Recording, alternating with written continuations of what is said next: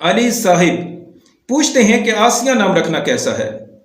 میرے بھائی، آسیہ نام رکھنا درست ہے اگر الف مدہ کے ساتھ رکھا جائے۔ الف مدہ سین یہ ہے آسیہ، لیکن آپ نے جو لکھ کر بھیجا ہے وہ آئین کے ساتھ ہے۔ آئین کے ساتھ آسیہ نام رکھنا درست نہیں ہے بلکہ گناہ ہے۔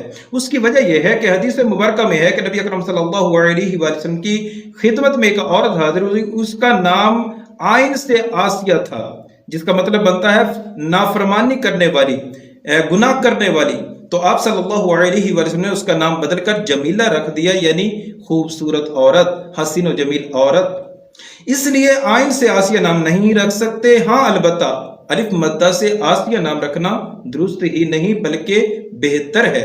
اس کی دو وجہ ہیں۔ ایک وجہ یہ ہے کہ اس کے معنی بہت اچھے ہیں۔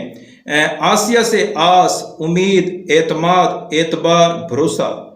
اور دوسری وجہ یہ ہے کہ یہ فرعون کی بیوی کا نام تھا جو مسلمان ہو گئی تھیں اور حضرت موسیٰ علیہ السلام پر ایمان لے آئی تھیں، تو اس نسبت سے بھی یہ بہتر ہے۔